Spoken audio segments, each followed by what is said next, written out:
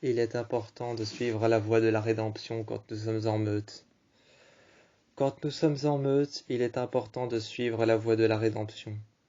Car un alpha peut nous protéger, une louve peut nous reproduire, un bêta peut apprendre, et un oméga peut très bien protéger aux côtés d'un alpha. Il est important d'être en meute quand nous sommes seuls. Il est important d'être seul quand nous sommes en meute, car seuls nous pouvons repérer des endroits. En meute, nous pouvons nous protéger et nous reproduire. Mais il est aussi important d'être en meute quand nous sommes seuls, car seuls nous ne savons pas ce qui peut arriver. Mais en meute, nous ne savons pas ce qui peut arriver, mais nous savons nous protéger. Tout autant seuls qu'à plusieurs, les loups ne se protègent pas mutuellement, mais instinctivement. Instinctivement, les loups se protègent seuls et en meute. En meute, il est instinctif de se protéger les uns les autres. Les alphas protègent le groupe. Les omégas apprennent à protéger les groupes. Les mères portent les petits apprennent à devenir grands. Les omégas apprennent à devenir grands aux petits. Les petits apprennent à devenir ce qu'il est plus important d'être que de devenir. Les alphas sont les protecteurs, les mères les reproductrices, et les loups sont les habitants de la forêt. Les habitants de la forêt sont les personnes qui subsistent à faire en sorte que la forêt d'Aokigahara ait une importance fatale par rapport à ceux qui y vivent. Les loups sont pour autant des bestioles nobles et qui ne font qu'attention à leur instinct et qui ne prêtent qu'attention à leur instinct.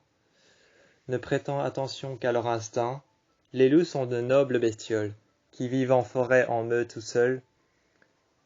C'est avec les alphas qu'ils se protègent, avec les mères qu'ils se reproduisent, avec les jeunes loups qu'ils apprennent. Et c'est avec les jeunes loups qu'ils apprennent à devenir ce qu'ils doivent devenir. S'ils doivent devenir des bêtas, des alphas, des omégas, ils le deviennent. C'est grâce aux louves qu'il y a miracle de naissance, grâce aux alphas qu'il y a protection, grâce aux louves et aux louveteaux qu'il y a rédemption. C'est grâce à les rédemptions qu'il y a le pardon. C'est grâce au pardon qu'il y a la naissance. C'est grâce à la naissance qu'il y a le regroupement. C'est grâce au miracle de naissance qu'il y a une meute. C'est grâce à la meute que l'alpha peut protéger. C'est grâce à la forêt que la forêt est peuplée. C'est grâce au loup que la forêt est peuplée. Cela dans un sens autant réciproque que dans un autre. Autant réciproque que dans un autre, c'est grâce à la forêt que la forêt est peuplée.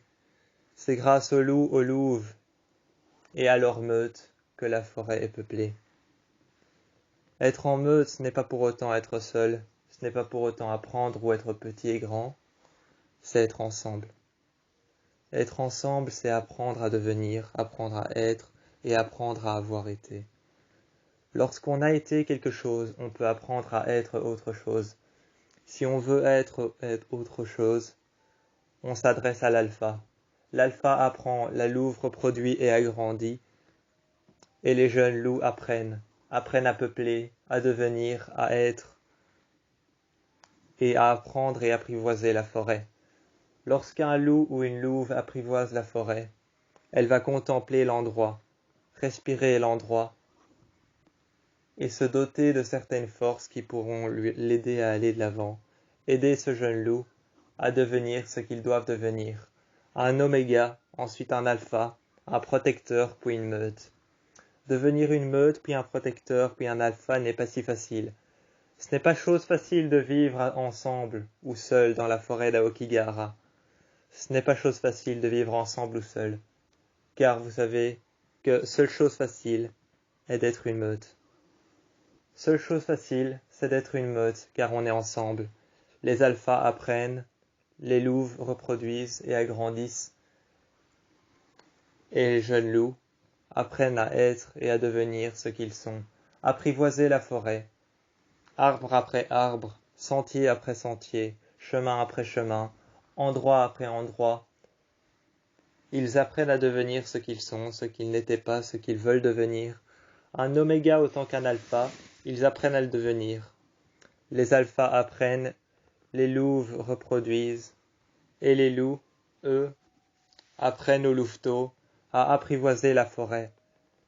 Les fleurs, les feuilles, les endroits autant néfastes que les bons endroits qui étaient néfastes, les endroits néfastes qui ne le sont plus, la forêt qui prouve qu'elle peut avoir du bon et du mauvais, est un apprentissage au loup qui est fatal, car un loup ne peut survivre que grâce à son instinct de survie. Un loup ne peut survivre que grâce à son instinct de survie. S'il survit, c'est grâce à son instinct. Cette bestiole n'est pour autant qu'une bestiole seule, mais qui survit grâce à l'instinct de la forêt, son instinct à lui, est l'apprentissage des jeunes loups. L'alpha leur a appris à apprivoiser, à devenir, à être et à vouloir savoir ce qu'ils veulent être. Lorsqu'ils sachent et qu'ils savent ce qu'ils veulent devenir, ce qu'ils sont et ce qu'ils sont devenus, ils peuvent apprivoiser la forêt. Ils peuvent apprivoiser cette lumière qui vient éclairer la forêt le jour, l'obscurité qui vient l'assombrir la nuit, et les fleurs qui naissent au printemps, qui meurent en hiver, la réincarnation d'une forêt, la réincarnation des fleurs, les fleurs qui meurent en hiver, qui réapparaissent au printemps, les couleurs qui reviennent, les couleurs qui se dessèchent et qui disparaissent. La réincarnation est la base principale de la survie. L'instinct n'est qu'une base ou un sous-entendu qui a été mis en place par les alphas afin de pouvoir avoir confiance en toi lorsqu'on est encore louveteau. Avoir confiance en soi, avoir confiance en toi, avoir confiance en les autres lorsqu'on n'est qu'un louveteau est une base fatale. Mais apprendre à comprendre son instinct est celui de la forêt, la réincarnation des fleurs, la réincarnation des plantes, la réincarnation de la forêt, qui meurt pendant l'été et qui renaît au printemps, n'est qu'une question de temps et de manière d'être. La manière d'être et le temps n'est qu'une question qu'il faut se poser au plus jeune âge. Un loup se fie à son instinct, c'est ce qui fait de lui ce qu'il est, c'est ce qui fait de lui une bestiole mystique qui se fiera à son instinct pour survivre, qui se fiera à l'endroit dans lequel il est, la forêt d'Aokigahara, qui meurt en hiver, qui se réincarne au printemps, les rosiers du Japon, d'un rose intense qui éclaire l'extérieur et qui montre que la forêt n'est pas seulement suicide et mort, mais peut être sûreté et réincarnation. Sûreté et réincarnation, les personnes qui y sont venues savent qu'elles peuvent y rester, mais s'y réincarner au printemps, mourir en hiver, mais s'y réincarner pour de bon. S'y réincarner autant que les fleurs qui contournent la forêt. Le nuage blanc qu'il y a au sommet du mont Fuji est une preuve de réincarnation, une preuve de vie sous les arbres et sous l'obscurité.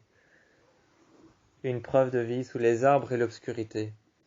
Telle la symphonie d'un piano que nous pouvions entendre autrefois, la preuve de réincarnation est la preuve que Aokigahara n'est pas preuve de suicide ou de mort. Elle est preuve de réincarnation, de sûreté, d'endroit, de lieu dans lequel on peut rester ensemble, en meute, dans lequel les alphas apprennent, les omégas deviennent, et les jeunes loups apprivoisent. Les jeunes loups apprivoisent, les alphas apprennent, les jeunes louves agrandissent. Et pour ce qui est du reste, on se fie à son instinct afin d'apprendre et de comprendre le lieu dans lequel on est. On est dans un lieu sauvage et abrupt, une forêt qui fait partie de suicides, de morts et d'autres choses.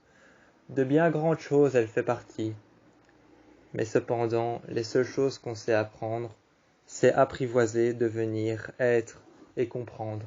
Lorsqu'on a compris apprivoiser et qu'on est devenu celui qu'on voulait devenir, on a apprivoisé l'endroit dans lequel on est et on peut enfin se fier à l'instinct de survie qu'on a toujours appris. L'instinct de survie que l'on a toujours appris grâce aux alphas, la manière dont on est devenu, celui qu'on est devenu, La louve qui a donc agrandi pendant ce temps de réincarnation, la louve qui a réagrandi encore et encore. La meute qui s'est agrandie pendant l'hiver, qui a hiberné et qui s'est réincarnée. La louve qui a agrandi, la meute qui s'est agrandie, qui a hiberné l'hiver et qui s'est réincarnée le printemps. Cette meute qui s'est réincarnée le printemps, s'est réincarnée au printemps et a réincarné la forêt. Réincarnant la forêt, elle a remis de la vie à l'intérieur de la forêt. La forêt elle-même qui, à l'extérieur, de manière abrupte, est éclairée par de couleurs roses, jaunes, rougeâtres, orangeâtres, par un soleil qui brûle, tel un brésier que l'on pourrait apercevoir de loin, tel un brésier ou un feu de bois que l'on pourrait apercevoir de loin. L'horizon de la forêt d'Aokigahara ressemble bel et bien à un feu de forêt. Cependant, la mort n'y fait pas présence. La mort n'y fait pas présence, et la réincarnation de cette forêt ressemble à un brésier de couleur jaune, de couleur orangeâtre et rouge intense, qui reflète à travers les feuilles de rosier.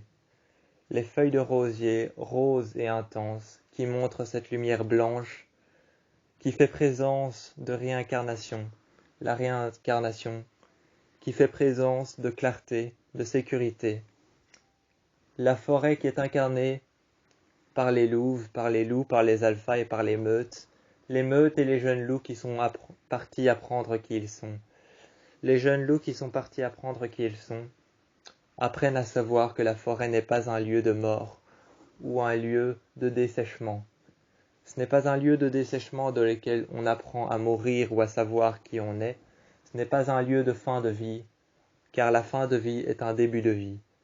Le début de vie pour les loups, c'est savoir qui ils sont, qui ils vont être, ce qu'ils vont devenir, et apprivoiser la forêt. La forêt peut être un brasier de braise brûlante, et une horizon de feu de forêt d'une couleur jaune intense, cette couleur jaune intense qui montre la vie, les arbres en fleurs qui montrent la réincarnation, les jeunes loups qui apprivoisent la forêt et qui apprennent à devenir qui ils sont réellement. La forêt n'est pas un lieu de mort, mais un lieu de réincarnation.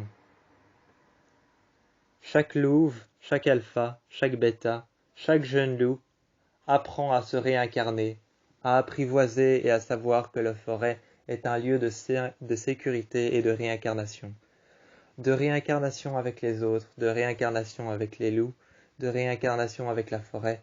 Chaque loup, chaque alpha, chaque louve qui réagrandit les meutes, chaque alpha qui apprend aux omégas à devenir de réels loups, peut apprendre que cet endroit est un lieu de réincarnation, une forêt comme une autre, remplie d'arbres, remplie de feuilles, éclairée la journée, obscurcie la nuit.